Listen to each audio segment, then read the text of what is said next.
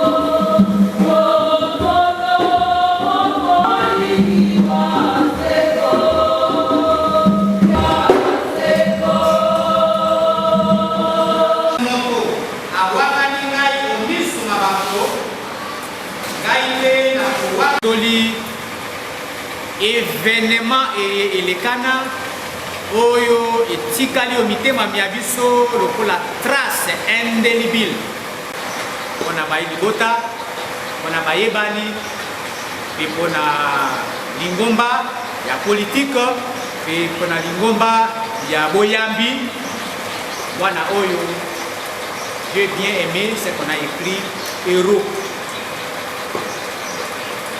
Nous avons des héros aujourd'hui qui, entre guillemets, ne méritent pas d'être des héros. Je ne cite personne dans le monde. Il y a des héros aujourd'hui dans le monde qui ne méritent pas d'être héros. Mais cet enfant qui a payé de sa vie mérite d'être appelé héros.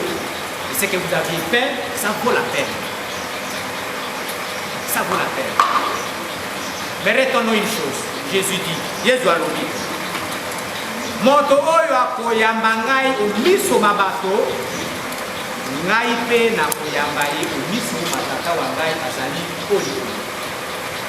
Mais moto oyo akowanga na ngai, c'est lui ou celle qui va me nier ou me renier devant les hommes. Et avec ce qui se passe aujourd'hui, le trafic d'influence, aux alliés inadé au pays donc parce qu'on marche, on cherche l'argent. On cherche l'argent. Moi tout le monde dans un parti politique, combien? 10. Il vient ici avec des oh vieux frère moto à 10 dollars. 10 dollars à Tina poche. À Keikuna, oh viens Nabiso. 10 dollars pour qu'à la fin, elle doit 30 dollars. Et c'est ça. Non. Moi, à Sophie Makila pour 10 dollars. Et ce qui nous tue aujourd'hui, c'est que nous, Congolais, nous vendons nos frères congolais pour ces billets-là, les dollars. Nous vendons nos frères. Et quand je dis vendre les frères, nous fermons les yeux pour qu'on les liquide. Nous fermons les yeux pour qu'on les liquide et nous oublions que nous sommes des chrétiens. Il y a combien de Congolais qui s'entretuent aujourd'hui? Notre petit, notre frère, notre Benjamin.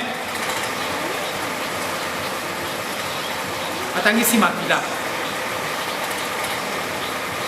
Et bah sous on a dit que Tangisa Makila a été, mais Bazo Koufa silencieusement,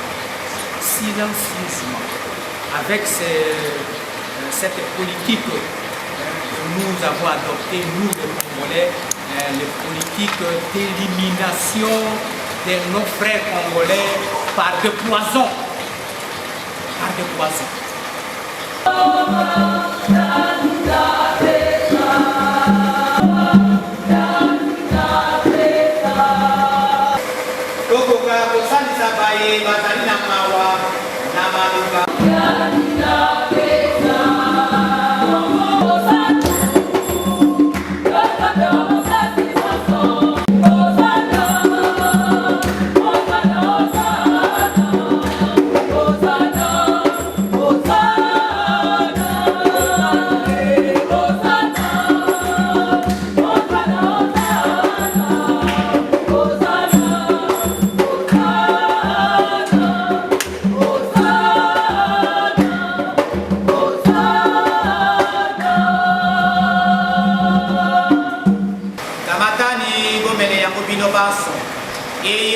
ezali keni ya makila mangai makila mabonde kubwa sika pe kwa seko makosopana po ya bino pe po ya bato baso na tina te bozwa bolimbisi kwa masumu bozalaka boye po ya kokanisa ngai.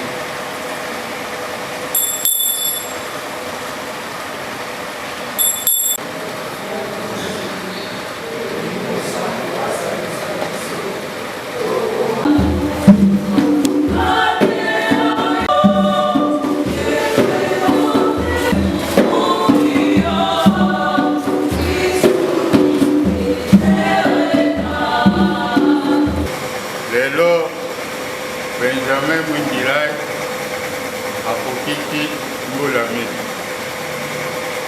Na kati ya mbula mina oyo akokiki Benjamin na Président Bilo batiki biso te na kati ya inande.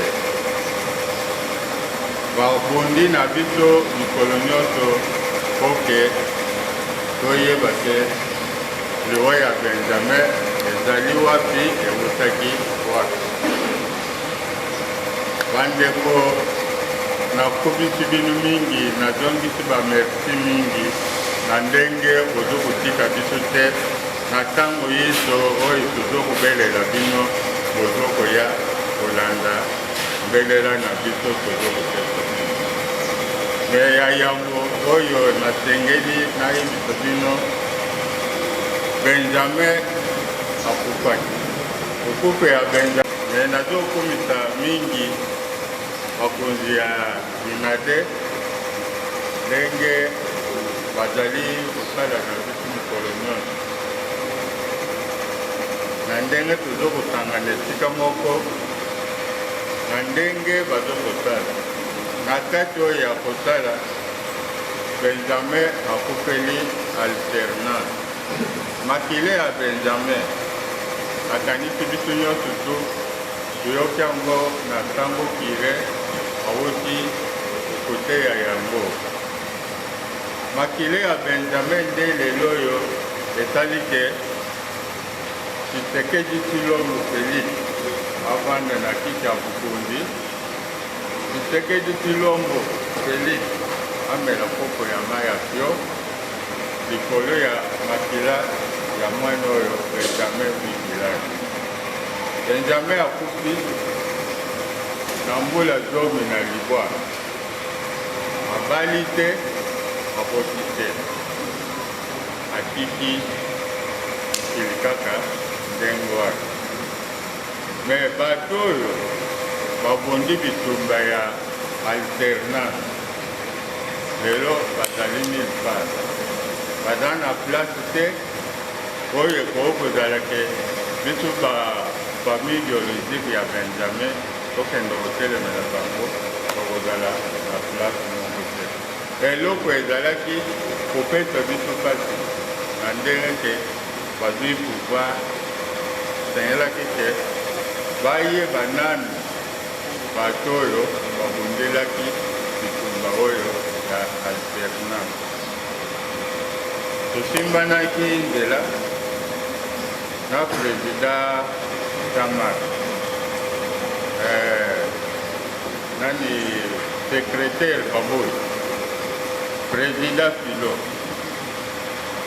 ende ina cimetière bango moko bamonaki droit cimetière ya mwana basalaki oyo esengelaki kosala nsima ezongaki na nzela. Mais tokanisaki ke mwa changement ekomonana na kati ti lelo changement eza te. Totali na kati ya botabuli oyo tozokende biso bafamille ya Benjamin tozomona eloko moko te. Tokomi lokola mwa mopepe oyo ekomi kobenda biso soko babendi yo okei omoni eloko moko te. Mais ye Président Félix na date ya le 24 janvier alobaki ke ye akoki koabandone bafamille oyo bato bakufélaki bamartire te. Lelo oyo abandone biso tozomona eloko moko ya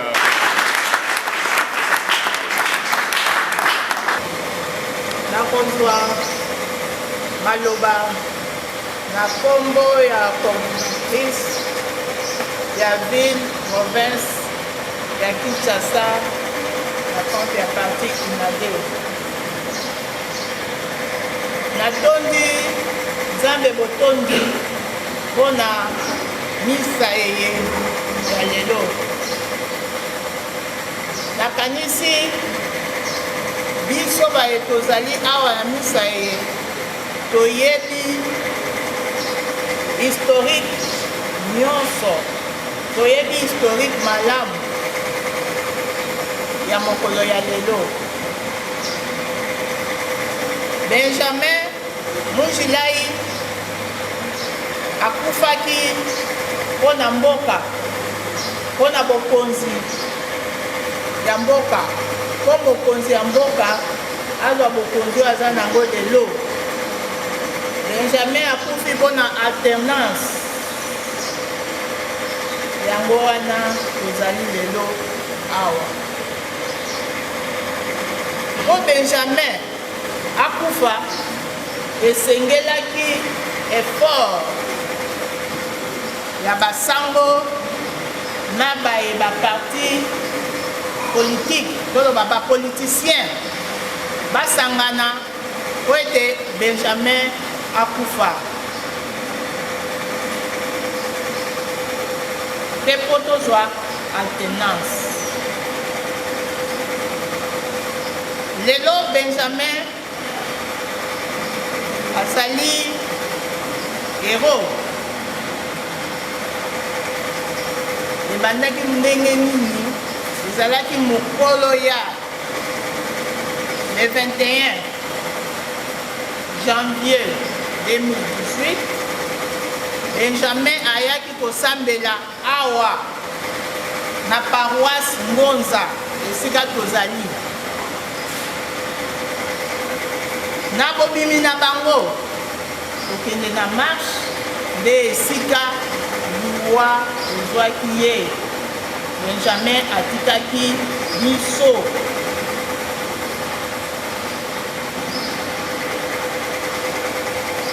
Na yango wana Benjamin akufi mpona mboka. Benjamin abundeli mboka. Benjamin azali héros parmi ba héros mosusu ya kati ya mboka. Yango wana parti ya Benjamin Mungilai Badi Banga Inade esanganaka na date oyo ya le 21 janvier ya mbula nyonso mpona kokomemore mémoire ya Benjamin Mungilai Badi Banga oyo kufaki lokola héros po de alternance esalema po te tozwa bokonzi oyo toza nango lelo, bokonzi ya makila, bokonzi ya makila ya Benjamin Badi Banga oyo atikaki biso.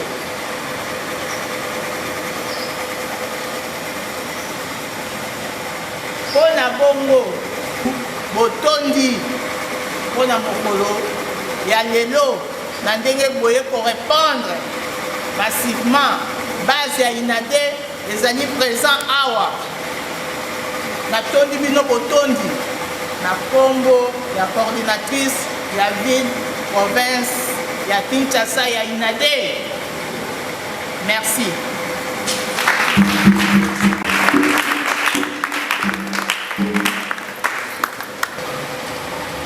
Na kombo ya curé ya paroisse empêché nami nazali vicaire ezaki ngai tena sambela misa nasalaki nalekelaki misa mpe nasambeli na bino ngai sango Basile nazali vicaire awa na paroisse ya Saint Gonzague pe na bino malamu.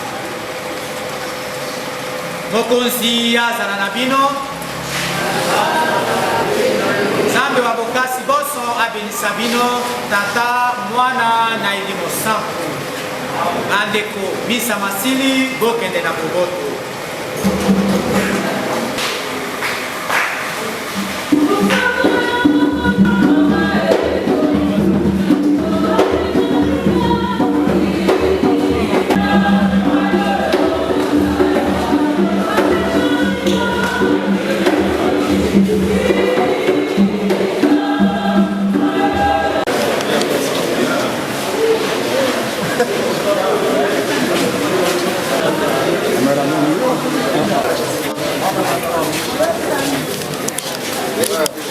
Merci beaucoup pour la Maloba. Lelo est sali 4 ans depuis que moi qu'on a biso na combo ya Benjamin Mujilai Badi Banga akufaki. Akufaki pourquoi? Tout simplement parce que le 21 janvier 2018 Basango ensemble na ba parti politique et bagi na ko appeler na marche pacifique pour na ko réclamer calendrier électoral et Benjamin qui ko sambela awa. Na date wana juste après ici baké marche et na place Iveco et baki na kokufa. Voilà pourquoi parti na e oeza inade chaque le 21 janvier et ça la ramesse pour na koyeba ko commémorer mémoire na e parce que Benjamin akufa ki na malaria te, Benjamin akufa ki na poison te, Benjamin akufa ki na diabète te, mais Benjamin akufi parce qu'il a été assassiné. Pourquoi? Pour na alternance autres nango lo na mboka tozo yango. Voilà pourquoi il est important pour nous comprendre que Makila Benjamin de sali que les lomo konzambo pas au pouvoir. Donc il y a déjà parmi les partis politiques oyo et bundi suffisamment pour que l'autre comme à pouvoir. Donc raison pour laquelle chaque le 21 janvier il faut souligner que il y a un sage français qui a dit chaque époque engendre ses héros. Alors biso awatoye pour nous célébrer un héros. Héros balela kaete, héros ba célébrer kaé. Parce que nous sommes les seuls partis alliés à l'UDPS qui a versé le sang. Le sang qui a amené le président de la République à la tête de la magistrature suprême aujourd'hui. Le sang de Benjamin Mujilai Badi Banga. Un héros, le tout premier martyr, il y a moins de 20 ans. Le tout premier martyr qui a été assassiné na date il y a le 21 janvier 2018 pour na kosenga kaka ba élection calendrier électoral na courage na ye Benjamin Badi Banga Mujilai abimaki na nzela elongo na biso bana ya inade parce que za moko ya oya biso pour na ko réclamer calendrier. Il a été abattu sauvagement par le régime oyo binonio surtout boyebi oyo population mobimba yebi. Alors aujourd'hui, combat à Benjamin et celle qui est au matin Union Sacrée. Union Sacrée, il faut le rappeler ici que Ezali, l'Isanga yaba oyo sangani na bato bazali na poids politique na niveau ya parlement, mais également ba oyo pe bazali ba sopa makila. Biso ba oyo to sopa makila. Mais aujourd'hui, vous savez quand même s'il y a des gens au ba sopa makila la carte du gouvernement. S'il y a des gens au ba sopa makila, si je vous pose cette question, il n'y a pas ces gens-là. Si pour Namutuna, ndenge nanosaki yango depuis mikole uti kolekake lelo ezali date moko historique pour na inade. Ezali date oyo tobungisaki moko ya biso na kombo ya Benjamin oyo bayini ya mboka babomaki parce que azalaki ko réclamer cause moko noble. Kasi eloko oyo e marqué nga lelo ezali omeli oyo Tata Mokonzi Sango apesi biso na kati na Ecclesia. Ezalaki omeli moko très inspiré et correspondre vraiment na liwa ya Benjamin. Na omeli na ye oyo atangeli biso na Matthieu chapitre 10 na verset 28 elobi ete to banga bato oyo bakoboma molimo te, bakoboma nzoto te, pamba te bakoboma nzoto kasi bakoboma molimo te. Molimo ya Benjamin oyo babomaki na cause oyo a réclamaki ekufaki te, babomaki nzoto kasi babomaki molimo te. Esprit wana ya Benjamin, esprit wana ya komba, molimo wana bango bakokaki te koboma, yango ya nimaka biso tous les jours pour na ko réclamer oyo ezali peuple azali ko réclamer chaque fois. C'est pour dire que bitumba ya Benjamin ezali incarné kati na biso à chaque fois tozali ko réclamer nyonso oyo eza mabe na kati ya mboka tango nyonso tokokanisaka ye ezali fin ya bitumba te ezali continuité ya bitumba pe tozali ko bunda yango tilolo. Merci. Il y a une forte base, c'est grâce à notre secteur.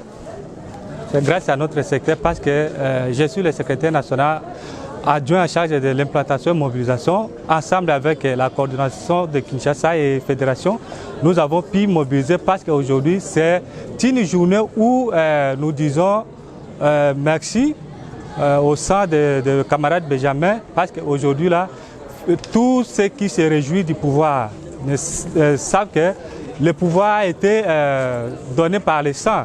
Et aujourd'hui, grâce à Dieu, l'INADE est en train de commémorer parce qu'il est un héros. On ne plaît jamais un héros. On est en train de commémorer notre regretté paladin Benjamin Mundjilai dans la paroisse Saint-Gonza.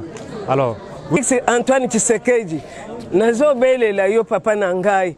Banda mwana nangai kufa depuis le 21 janvier l'an 2018 toyaka kuna toyaka na biro na yo oyambaka biso na nozwi kiti ya bokonzi te ti ozwi kiti ya bokonzi oyebi likambo na tikala komona ta monte moko aya kotala ngate mais eloko elekisi ke Benjamin aza héros nazomona ngo te po mwana akundami na zamba matiti eboti olia bakenda ata kosalela ata basalele tombe basaleli ete pe nabilaka bapesaka ke Benjamin lokola aza héros tokobanda kobosana te na bamanifestation nyonso okobanda komona biso tokobanda koya kotala yo ata mbala moko natikali komona te na sepei nanu parce que toye korépondre na mokolo na biso comme d'habitude toyebi ke chaque le 21 janvier toyaka commémorer mémoire ya camarade Nabiso Benjamin Mundjilai ya Badjibanga. To sepeli na présence ya batu nyonso na koyebisa na ba mama to lembate mama nde asimbaka libota. Donc na chaque partie batu batombola partie ezalaka ba maman. Na kopesa conseil na ba mama nyonso ba o basi ba lembi bazonga baya poto tombola partie na biso.